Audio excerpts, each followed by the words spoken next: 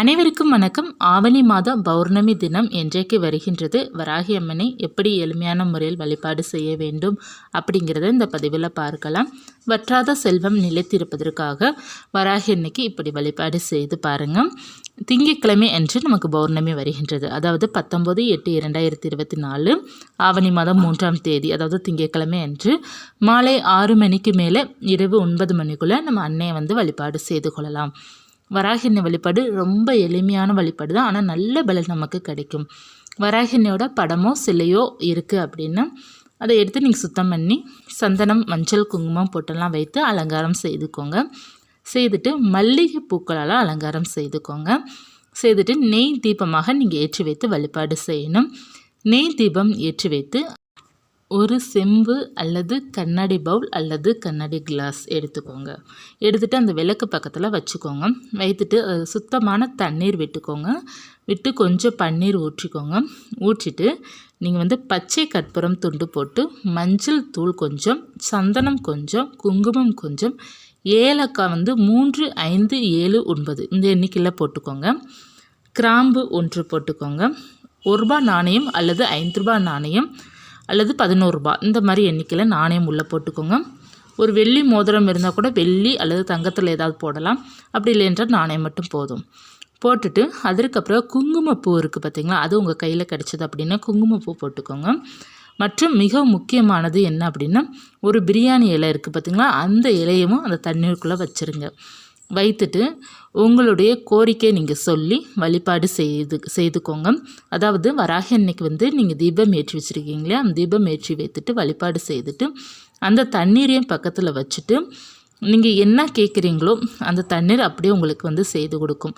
நீங்கள் உங்களுக்கு பிரச்சனையாக இருந்தாலும் சரி, பணம் தேவைப்படுது அப்படி இருந்தாலும் சரி, மற்ற ஏதாவது ஒரு வேண்டுதல் உங்களுக்கு இருக்குது, திருமணம் நடக்க வேண்டும் மற்றும் ஏதாவது ஒரு நல்ல விஷயங்கள் உங்கள் வாழ்க்கையில் நடக்க வேண்டும் அப்படி இருந்தாலும் நீங்கள் அந்த வேண்டுதலை அந்த கிளாஸ் இருக்குது பார்த்திங்கன்னா, அந்த கிளாஸ் மேலே கையை வச்சுட்டு நீங்கள் நினச்சி நீங்கள் வேண்டிக்கோங்க. வேண்டிட்டு பூஜை முடிந்த பிறகு அந்த தண்ணீரை உங்கள் வீடு முழுவதும் தெளித்து விடுங்க. அதாவது நிலைவாசல்லிருந்து உங்கள் பூஜை அறை வரை பீரோ, நம்மளுடைய அசையாத பொருட்கள் மேலேயும் நீங்கள் தெளித்து விடுவது ரொம்ப நல்லது. நல்ல ஒரு பாசிட்டிவ் வைப்ரேஷன் நமக்கு கொடுக்கும்.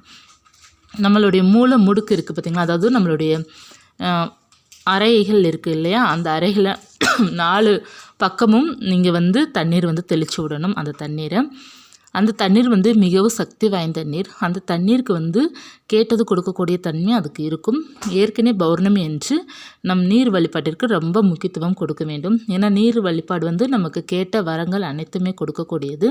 இந்த நீரை நீங்கள் அதற்கப்புறம் என்ன செய்ய வேண்டும் அப்படின்னா, உங்கள் வீட்டில் இருக்கிற செடி, துளசி செடியோ அல்லது மற்ற செடிகளோ இருக்குது அப்படின்னா அதில் நீங்கள் விட்டுருங்க.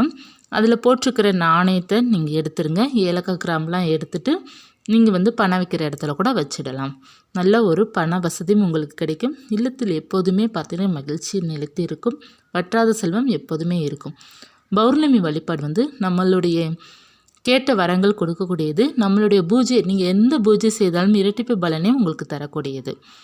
அந்த பௌர்ணமி என்று பார்த்தீங்க அப்படின்னா பணம் சேகரித்து வைக்க வேண்டும். பண விஷயங்களுக்காக வழிபாடு செய்யும் போது உங்களுக்கு நல்ல ஒரு முன்னேற்றத்தை கொடுக்கும். பௌர்ணமி என்று நீங்கள் நல்ல ஒரு பண வரவு வர வேண்டும் அப்படிங்கிறத நினச்சி நீங்கள் சுவாமியை வழிபாடு செய்யும்போது உங்களுக்கு நீங்கள் நினைத்தது போல நல்ல ஒரு லாபம் கிடைக்கும்.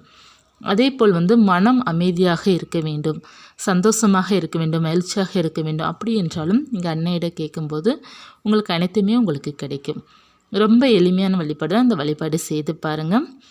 என்றைக்கும் நம்மளுடைய இல்லத்தில் தானியங்கள் குறையாமல் இருக்க வேண்டும். அப்படி என்றால் ஒரு கண்ணாடி பவுலோ அல்லது ஒரு கிண்ணமோ எடுத்துக்கோங்க.